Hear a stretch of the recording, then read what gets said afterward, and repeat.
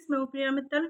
आज हम भाषा भारती कक्षा 7 के पाठ 9 गौरैया का संदर्भ प्रसंग सहित व्याख्या करेंगे। ठीक है, इसमें सबसे पहले हम लिखेंगे, देखिए आपको ये पैराग्राफ दिया हुआ है, ये पंक्तियां दी गई हैं। इसको सबसे पहले हम संदर्भ लिखेंगे। इसमें संदर्भ रहेगा, प्रस्तुत पंक्तियां हमारी पाठ्य पुस्तक भाषा भारती के गौरैया नामक पाठ से लिया गया है। इसके रचयिता डॉक्टर शिव मंगल सिंह सुमन है। ये हमारा आ जाएगा संदर्भ। संदर्भ सब में एक जैसा आएगा।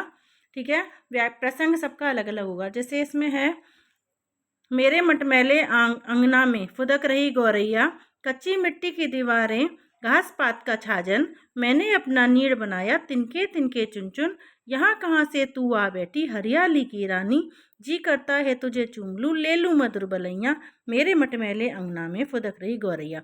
इसमें आपको प्रसंग ये लिखना है, कवि ने गौरई नामक छोटी चिड़िया की मधुर क्रीड़ा का वर्णन किया है। ठीक है, तो इसमें इसका हिंदी व्याख्या करेंगे। इसमें मेरे मटमैले अंगना में फुदक रही गौरैया, कवि कहता है कि मेरे मिट्टी के बने हुए आंगन में एक छोटी सी चिड़िया फुदक रही है। कच्ची मिट्टी की दीवारें, छात पात का छाजन, मेरी कच्ची मिट्टी की दीवारों पर घास फूस का छत बना हुआ है।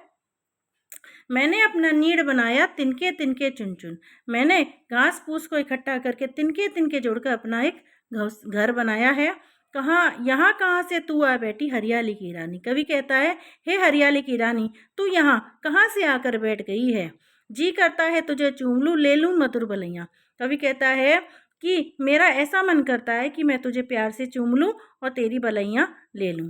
मेरे मटमैले अंगना में फुदक रही गौरैया, मेरे मिट्टी के बने आंगन में एक चिड़िया फुदक रही है। ठीक है, फिर दूसरा आता है हमारा नीलम। वापस से संदर्भ लिखेंगे, संदर्भ हमारा से एक सा रहेगा, प्रसंग हमारा अलग रहेगा। इसमें देखिए प्रसंग कैसा लिखना है, पढ़ के देख, कविता पढ़ लेते हैं। नीलम की सी नीली आंखें, सोने से सुंदर पंख पर, अंग अंग में बिजली सी भर, फुदक रही तू फर, फूली नहीं समाती तू तो मुझे देख हैरानी, आजा तुझको बहन बना लूं और बनूं मैं भैया, मेरे मटमैले अंगना में फुदक रही गौरैया। देखिए इसका प्रसंग हमारा प्रसंग नंबर 2 हो जाएगा।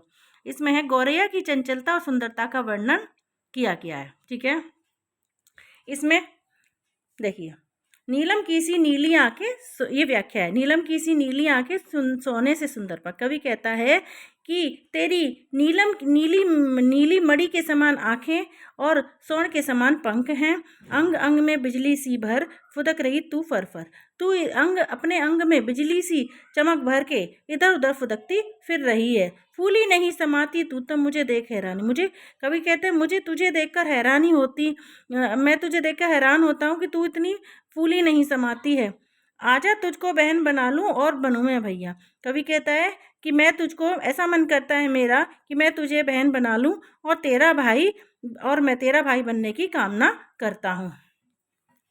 मेरे मटमैले अंगना में फुदक रही गौरैया, मेरे मिट्टी के बने हुए आंगन में एक छोटी सी चिड़िया फुदक रही है। फिर आगे है तीसरा हमारा पैराग्राफ, मटके की गर्दन पर बैठी कभी अरगनी पर चल, चैक उठी तू च्यूं च्यूं च्यूं च्यूं, फुला फुला पर चंचल, कहीं एक छत तो थिर होकर तू जा बैठ सलोनी, कैसे तुझे पाल पाई होगी री तेरी मैया, मेरे मटमैले अंगना में फुदक रही गौरैया। देखिए इसका प्रसंग क्या रहेगा, इसका प्रसंग रहेगा हमारा, गौरैया नामक चिड़िया की क्रियाओं का वर्णन किया गया है। ठीक है, इसमें से हम इस प्रसंग लिख देंगे, संदर्भ हमारा वही रहेगा। चलिए स्टार्ट करते हैं। ये कह रहे हैं, मटके की गर्दन पर बैठी कभी अरगनी पर चल, कभी कहता है कि गौरैया कभी तो मटके की गर्दन के ऊपर बैठ जाती है, देखिए ऐसे। ठीक है, फिर कभी अरगनी, जो कपड़े सुखाने वाले अरगनी होती है, कभी उस पर जाकर बैठ जाती है, चहक रही तो च्यूं च्यूं च्यूं च्यूं, फुला फुला पर चंचल, कवि कहता है कि तू च्यूं च्यूं करती हुई चंचलता के साथ अपने पंखों को फैलाती हुई चहक रही है, कहीं एक क्षण तो स्थिर होकर तू जा बैठ सलोनी, तू कहीं तो एक क्षण बैठकर स्थिर हो जा और बैठ जा, कैसे तुझे पाल गई होगी री तेरी मैया। कवि कहता है कि मुझे तो आश्चर्य होता है, तेरी माँ ने तुझे कैसे पाला होगा। मेरे मटमैले अंगना में फुदक रही गौरैया, कवि कहता है, मेरे मिट्टी के बने आंगन में एक छोटी सी चिड़िया फुदक रही है। फिर आगे है, सूक्ष्म वायवीय लहरों पर संतरण कर रही सरसर, हिला हिला सिर मुझे बुलाते, पत्ते कर कर मरमर, तू प्रति उमंग अंग उमंग भरी सी, पीती फिरती पानी, निर्द हलकोरों से डगमग बहती मेरी नैया, मेरे मटमैले अंगना में फुदक रही गौरैया। देखिए इसका प्रसंग हो जाएगा हमारा, संदर्भ तो वही रहेगा, प्रसंग हमारा हो जाएगा गौरैया के फुर्तीले कार्यों का वर्णन किया गया है। अब इसका व्याख्या करते हैं, वो कैसे करना है। सूक्ष्म वायवी लहरों पर संतरण कर रही सरसर, मतलब हवा की लहरों पर सरसर करती हुई निरंतर गतिशील हो रही है। हिला हिला सिर मुझे बुलाते, पत्ते कर कर सरसर। कवि कहता है कि पत्ते मुझे सरसर करते हुए मुझे बुलाते हैं। तू प्रति अंग उमंग भरी सी, पीती फिरती पानी। कवि कहता है कि तू प्रति क्षण उमंग तेरा प्रत्येक अंग उमंग भरा हुआ और लहरों चलती हुई लहरों का पानी पीती फिरती है। निर्दय हलकोरों से डगमग बहती मेरी नैया। कवि कहता है कि मेरी नैया हिलोरों से, मतलब दुख दर्द से भरे हुए से डोल रही है। मेरे मटमैले अंगना में फुदक रही गौरैया। कवि कहता है, हे गौरैया, तू मेरे मिट्टी के बने हुए आंगन में एक छोटी सी चिड़िया फुदक रही है।